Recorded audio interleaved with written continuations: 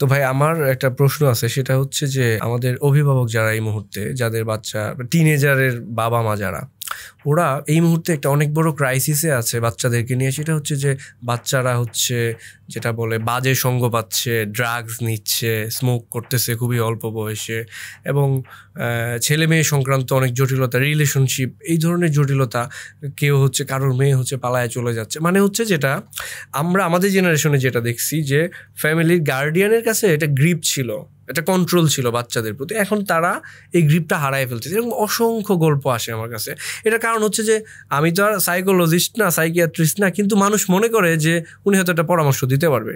এখন আমি আমার মতো করে বুঝাই যে বাচ্চাদেরকে সময় দেন, এই সেই, ওরা কাদের সাথে মিশে, ওদের সাথে একটু কোঅপারেট করেন, দেখেন ওদেরকে বই পড়ার অভ্যাস তৈরি করেন, নানান কিছু বলি। কিন্তু আমি আপনি একজন স্পেশালিস্ট হিসেবে আপনার কাছে আমি আসলে এটা একটু জানতে চাই আমার দর্শকের পক্ষ থেকে। আমার এখানে যেটা মানে বললে অনেক কিছু বলা যায়, বাট আমি জাস্ট বলবো যে বাবা মার উচিত যখন বাচ্চার বয়স 6 থেকে 15, বাবা মার দায়িত্ব বেসিক্যালি 3টা। মৌলিকভাবে তার কাজ আসলে 3টা। এই 3টা জিনিস যদি সে করে তাহলেই মোটামুটি সে আশা করতে পারে সে তার দায়িত্ব পালন করছে। যদি সে না করে, সে তার দায়িত্ব পালন করে নাই এবং সে আসলে একটা বিপদের জন্য অপেক্ষা করতেছে। এই যে 3টা আমি বলতেছি, এই 3টা বলার আগে আমি বলে নিই যে বাবা মা বাংলাদেশে সাধারণত কি মনে করে, এটা একটু বলে, এটা খুব ইম্পর্টেন্ট। তারা যেটা ভুলটা করে আমাদের দেশে, সেটা শহরেও সত্যি গ্রামেও সত্যি, সেটা হচ্ছে বাবা মা মনে করে আমার প্রথম দায়িত্ব পিতামাতা হিসেবে সেটা হচ্ছে বাচ্চাকে পড়ালেখায় ভালো করা। হ্যাঁ, এটা একটা খুবই ভুল ধারণা। বহু বাচ্চা 1 নম্বর হইল কখনোই পড়াশোনায় ভালো হবে না, কারণ ওরা দিয়ে পড়াশোনা হবে না, অ্যান্ড দ্যাটস ফাইন। পৃথিবীতে সবাইকে পড়াশোনা করেই ভালো করতে হবে, ব্যাপারটা এরকম না, পৃথিবী এমনি চলে না। দ্বিতীয় হইল বহু বাচ্চা যারা পড়াশোনায় জীবনে একটা সময় ভালো ছিল, 1, 2, 3, 4, 5 ভালো ছিল, তারপরে তারা খুব বাজেভাবে ঝরে পড়ছে, এবং এদের সংখ্যা অনেক, সারা বাংলাদেশে ছড়ায় আছে। আপনি যখন শুধুমাত্র পড়াশোনা দিয়ে আপনার পিতামাতা হিসেবে আপনার দায়িত্বকে দেখেন, আপনি পুরোপুরি একটা ভুল সিস্টেম, পড়াশোনার সিস্টেমটার মধ্যে অনেক কিছু ত্রুটি আছে, এই ত্রুটিপূর্ণ সিস্টেম দিয়ে আপনি আপনার নিজেকে, আপনার সন্তানকেও যাচাই করেন, আপনার নিজেকেও যাচাই করেন, এবং এইটা থেকে বাইরে হইতে হবে যে আপনার বাচ্চা পড়াশোনায় ভালো করাটা অবশ্যই ভালো, একাডেমিক রেজাল্ট ভালো অবশ্যই ভালো, কিন্তু এইটা সবচেয়ে গুরুত্বপূর্ণ মানদণ্ড না। গুরুত্বপূর্ণ মানদণ্ড আমি একটু পরে আসতেছি। আরেকটা যেটা বাবা মা খুব বেশি ভুল করে সেটা হচ্ছে তারা শুধুমাত্র বাচ্চাকে দেখে ডিসিপ্লিন দিয়ে। যারা ধার্মিক তারা ধর্ম বিষয়ক ডিসিপ্লিনগুলোকে দেখে, হুজুরের সাথে পড়তে বসে কিনা, 5 ওয়াক্ত নামাজ পড়ে কিনা। আর যারা সাধারণ ধর্মের ব্যাপারে আগ্রহ হয়তো বা কম, তারা শুধু দেখে মোজারা ঠিক জায়গায় রাখছে কিনা, জুতারা ঠিক জায়গায় রাখছে কিনা, দাঁত ব্রাশ করে ঘুমাইছে কিনা, কাপড় গুছিয়ে রাখে কিনা। দেখেন, সব মানুষ সমান পরিমাণে ডিসিপ্লিনড হবে না, এটাই স্বাভাবিক। বহু কবি, সাহিত্যিক, জ্ঞানী, বিজ্ঞানী এরা সারা জীবনে অনেকেই ডিসিপ্লিন ছিল না। ডিসিপ্লিন হইলে ভালো, ডিসিপ্লিন একটা ভালো জিনিস শেখানো, কিন্তু ডিসিপ্লিন একটা মানুষের মৌলিক নৈতিকতার মানদণ্ড হইতে পারে না। ডিসিপ্লিন একটা মানুষের, সে সময় মতো দাঁত ব্রাশ করে এই জন্য সে ভালো ছেলে, এটা ভালো ছেলে হিসেবে খুব দুর্বল একটা ক্রাইটেরিয়া। সে তার জুতা মোজা গুছায় রাখে, এইটা আসলে ভালো ছেলের একটা দুর্বল ক্রাইটেরিয়া হইতে পারে এটা, কিন্তু এটা তো 10টার মধ্যে একটা। সো এই 2টা জিনিস, অর্থাৎ আমাদের দেশের যে কোনো বাচ্চা যে ডিসিপ্লিন এবং যে পড়ালেখা ভালো করে তাকে বাবা মা মনে করে একদম ফেরেশতা। তাতে কি হয়, এক হইল সে তো আসলে অন্য অনেক কিছুতে অনেক ত্রুটি থাকতে পারে, তার বিচ্যুতি হয়। আরেকটা হয়তো খুব ভালো ছেলে বা মেয়ে ছিল, যে ডিসিপ্লিন একটু দুর্বল, পড়ালেখা দুর্বল, তার অনেক স্বপ্ন ছিল, কিন্তু বাবা মা তাকে সবসময় বেয়াদ্দপ মনে করে, অথবা মনে করে যে কোনো কিছুর জন্য ভালো না, কিন্তু আসলে সে অনেক দিক থেকে আর অনেক ভালো করতে পারতো।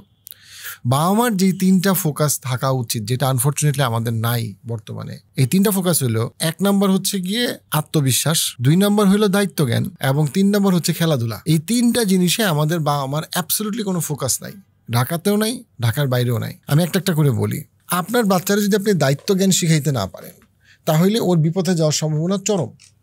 তাকে দায়িত্ব জ্ঞান না শেখানোর একটা কারণ হইলো বাচ্চার জীবনকে সবসময় সহজ করে তোলা। তাকে হাঁটতে হবে না, তাকে কাজ করতে হবে না, সে যা বলবে তা পাবে, এবং তাকে কোনো কিছুর কোনো কনসিকুয়েন্স নাই, সে কথা শুনুক কথা না শুনুক, অর্থাৎ তার কোনো দায়িত্ববোধ নাই, তার বাবা মার প্রতি নাই, টিচারের প্রতি নাই, ভাই বোনের প্রতি নাই, কারো ব্যাপারে তার কোনো দায়িত্ববোধ নাই। যখনই তার দায়িত্ববোধ থাকবে না, সে কিন্তু 19 বছর বয়সে গিয়ে বলবে আমারে মোটরসাইকেল দাও, নাইলে আমি আত্মহত্যা করবো, আর মোটরসাইকেল দিলে ওইটা নিয়ে এমনভাবে চালাবো যে আমি মরে যাবো। তো মোটরসাইকেল দিলেও বিপদ, না দিলেও বিপদ। আপনি যদি বাবা মা হিসেবে যদি ওই জায়গায় দাঁড়াইতে না চান, তাহলে আপনি আপনার বাচ্চাকে যত আগে দায়িত্ব জ্ঞান শেখাবেন তত ভালো, কারণ বাই দ্য টাইম বাচ্চাটা ওই পর্যায়ে চলে গেছে, তখন তাকে আসলে কি বলবো নিয়ন্ত্রণ করাটা ডিফিকাল্ট, আপনাদের জন্য ডিফিকাল্ট, আমাদের কাছে যখন আসে আমরা অবশ্যই চেষ্টা করি, কিন্তু জিনিসটা ডিফিকাল্ট। কিন্তু বাচ্চারা যখন বয়স 6 থেকে 15 ছিল আর তাকে নিয়ন্ত্রণ করাটা সহজ ছিল, কারণটা হচ্ছে সে তখনও ওই কি বলবো মানে মোল্ডেবল ছিল, তাকে তখনও শেপ করা যেত। 2 নম্বর যেটা খুবই গুরুত্বপূর্ণ বিষয়, একটা হচ্ছে দায়িত্বজ্ঞান আমি বললাম। 2 নম্বর যে বিষয়টা সেটা হচ্ছে খুবই গুরুত্বপূর্ণ, সেটা হচ্ছে গিয়ে কি যে আমি তাকে আত্মবিশ্বাসী করে তুলবো। অনেক ভালো স্টুডেন্ট আছে বাংলাদেশে যাদের কোনো আত্মবিশ্বাস নাই, আর খারাপ স্টুডেন্টদের তো নাই, কারণ কন্টিনিউয়াসলি শুনে তোরে দিয়ে কিছু হবে না, তোরে দিয়ে কিছু হবে না, তোরে দিয়ে কিছু হবে না। বাবা মা এই জিনিসটা খুব যেটা ভুল করে বাবা এবং মারা, সেটা হচ্ছে গিয়ে আমি আমার বাচ্চার যদি আত্মবিশ্বাসটা তৈরি না করি, স্কুল কলেজ এটা শিখাইতে পারবে না।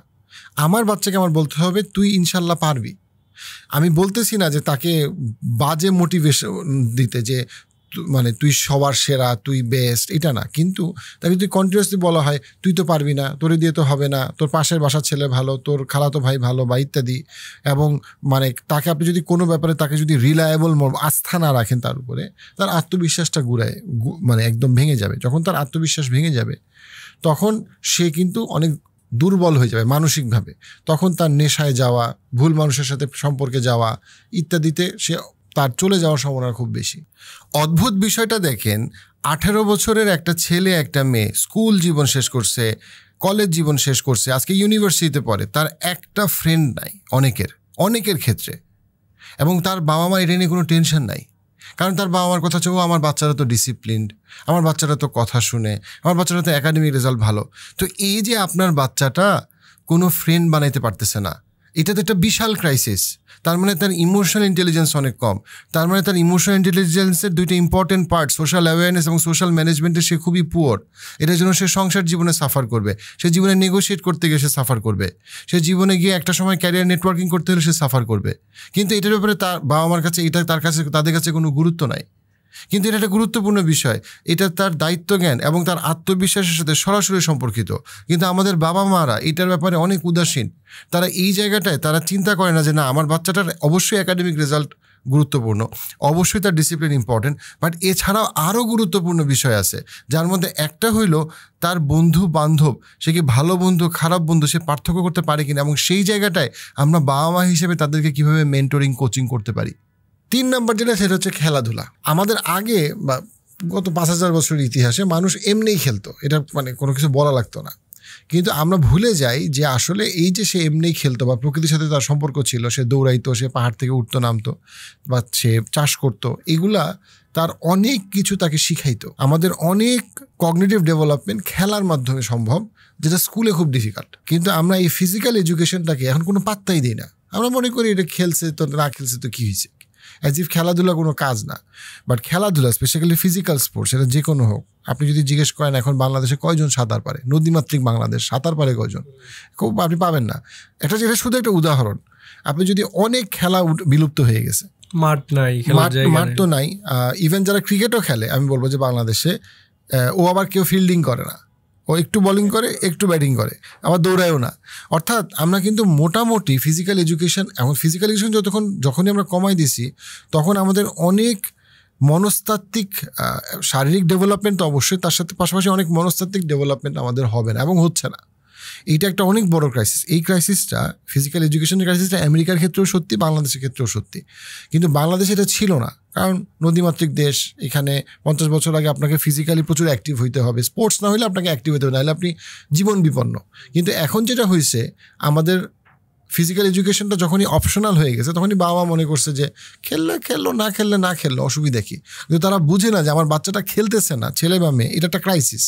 আমার বাচ্চারা যথেষ্ট ফিজিক্যালি অ্যাক্টিভ না, এটা অনেক বড় ক্রাইসিস। শুধু একটা এক্সাম্পল যদি দেই, এই যে ADHD এত বাড়তেছে, এই যে ডিপ্রেশন এত বাড়তেছে, এই যে অ্যাংজাইটি এত বাড়তেছে, এটা কিন্তু একটা কারণ, একমাত্র কারণ না। আমি যদি এটাকে প্রিভেনশনের জায়গা থেকে বলি, কিওর না, সেটা হচ্ছে ফিজিক্যাল এডুকেশন অনেক কমে গেছে। আমি এটা বলতেছি না যে কেউ যদি মানসিকভাবে রোগগ্রস্ত হয় তাকে এখন খেলতে হবে, এটা অবশ্যই সে চিকিৎসা নেবে সাইকিয়াট্রিস্টের কাছে, এটাই প্রথম কাজ। কিন্তু আমি বলতেছি আপনি যখন সামষ্টিকভাবে চিন্তা করতেছেন যে আমাদের এন্টায়ার জেনারেশনে কেন এত মানসিক রোগ বাড়তেছে, এর একটা কারণ কিন্তু হচ্ছে গিয়ে ফিজিক্যাল এডুকেশন থেকে আমরা যে দূরত্বটা, আমরা কোনোরকম কোনো খেলাধুলার মধ্যে নাই। আজকে আমাদের বাবা মা বাচ্চাদেরকে খাওয়ানোর ব্যাপারে বিশাল মনোযোগী।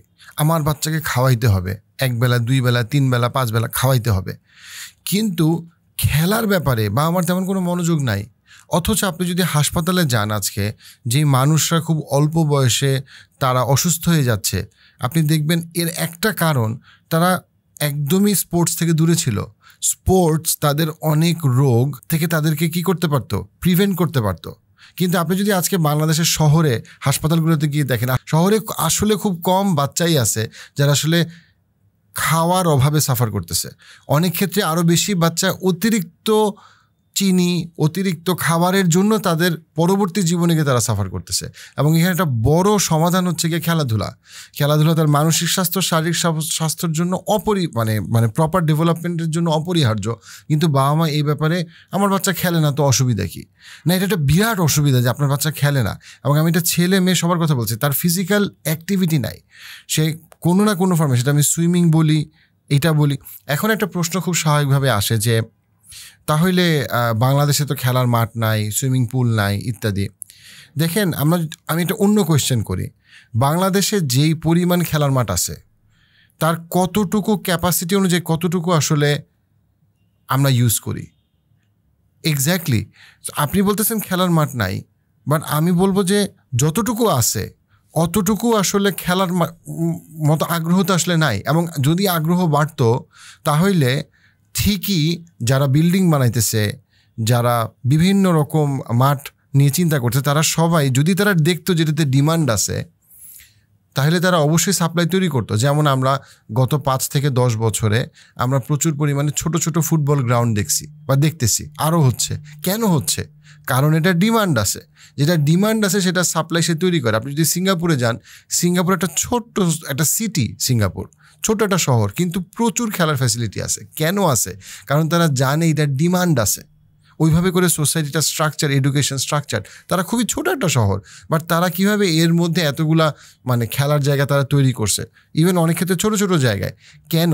কারণ তারা জানে এটা ডিমান্ড আছে। আমাদের তো সেই ডিমান্ডটাই আমরা তৈরি করতে পারি নাই।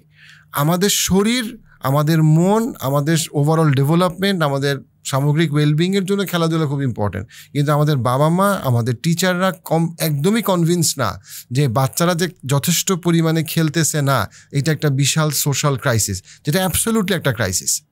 তো এই 3টা জিনিস যদি মানে আমার অডিয়েন্স, আপনার অডিয়েন্স সবাই যদি খেয়াল রাখে, এটার কোনো রকম কোনো ডিবেট নেই 3টা ব্যাপারে, যে 3টা জিনিসকে আমরা গুরুত্ব দিচ্ছি না।